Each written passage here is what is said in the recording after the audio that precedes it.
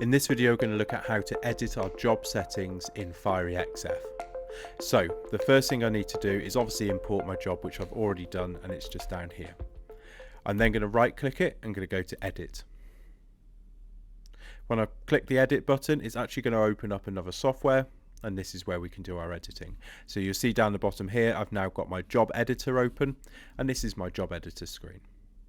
So first of all, at the top bar here, we've got our save, we've got our transform job, we've got a crop, we've got move, we've got zoom. This then is our size of our job, so we're 1000 by 700 at the moment, and we're kept in proportion at the moment. I can take that out if I wanted to by unchecking it. We can go in percentage or millimeters if we're scaling up or down. We can change the position of our job by adding in a location in here. So that's going 10 mil in, 10 mil down. And there's our origin is in the top left corner.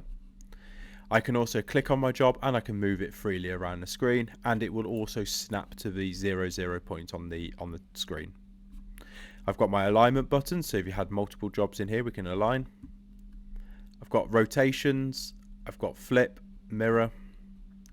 I can also then basically crop in from the sides or add from the side. So if I wanted to add 10 mil around the job, I can do that in here. I can lock all my settings, and I can reset any of the transformations that I've just made it there. Now on the side here, we've got file. So this is just where basically we're looking at the information of our job. Then we have our PDF sort of settings. So size definition by the media box or the bleed box or the art box. We can do that in there. What is our color space, so CMYK or RGB, EPS job detection, print engine, so what sort of engine we're using, image, print engine.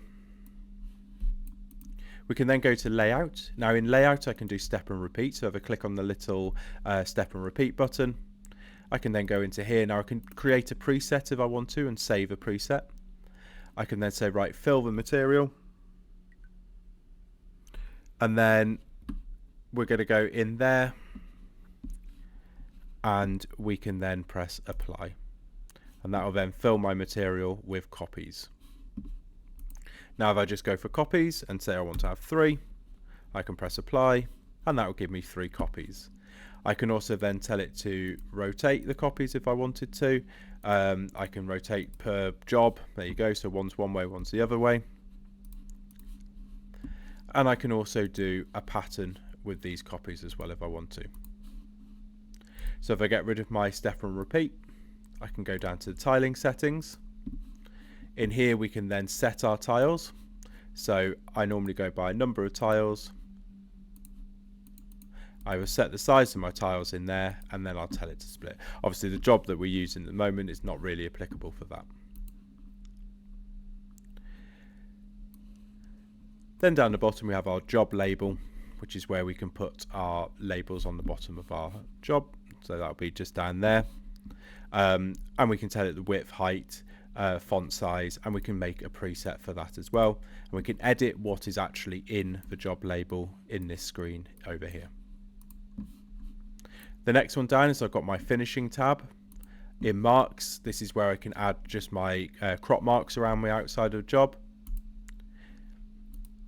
And again, I can save a preset for that. I can choose different types, like photobas or different XY trimmer types. I can choose a line color, the thickness and the length and the distance from the job, and also the bleed edge as well. Now I can also use this for the cut marks. So if I have a cutter, for example, a Jingwei, I can use Eurosystems OptiScout, and this will put the correct registration marks on for the job. And we can also then specify an output path for that cut line.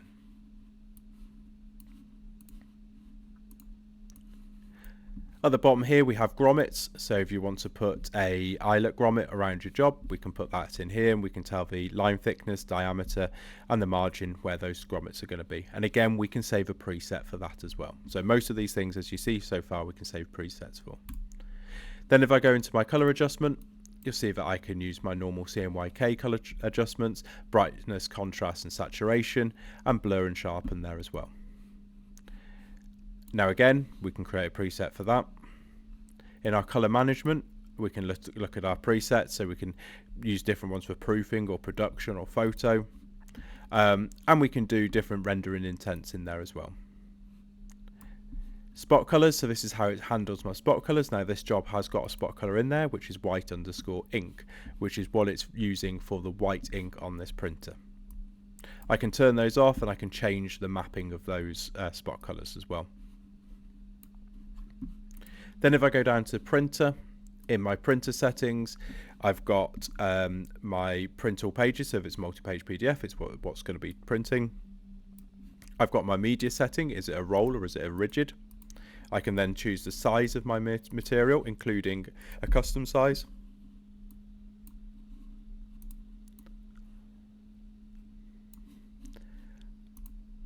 I could do media corrections if I need to do length and distance corrections.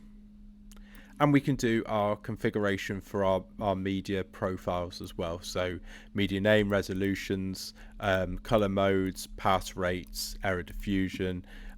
We can do all of that in here as well. Even though our workflow is defining that for us, we can override it in here. It's where we can look at our pass rates or our print modes, and also our white ink printing is down the bottom here. So we can choose, let's do a bounding box. This will just do white behind the entire image. Or we can use our spot color, which we have defined in that area there. Spread and choke is going to expand the white or bring it in. And we can also choose then our printing order for our white, which is down the bottom, double strike in white, and also looking at block out with white as well. Then we've got our verify. This is for control bars, mainly sort of control bar settings in there. That's about it. So now I've done with this, I can press my save button, and basically I can then come back out of this if I wanted to by just minimizing it. That will be now ready to go. So I can right click it and I can go to print. So that's how we change or edit our settings in Fiery XF.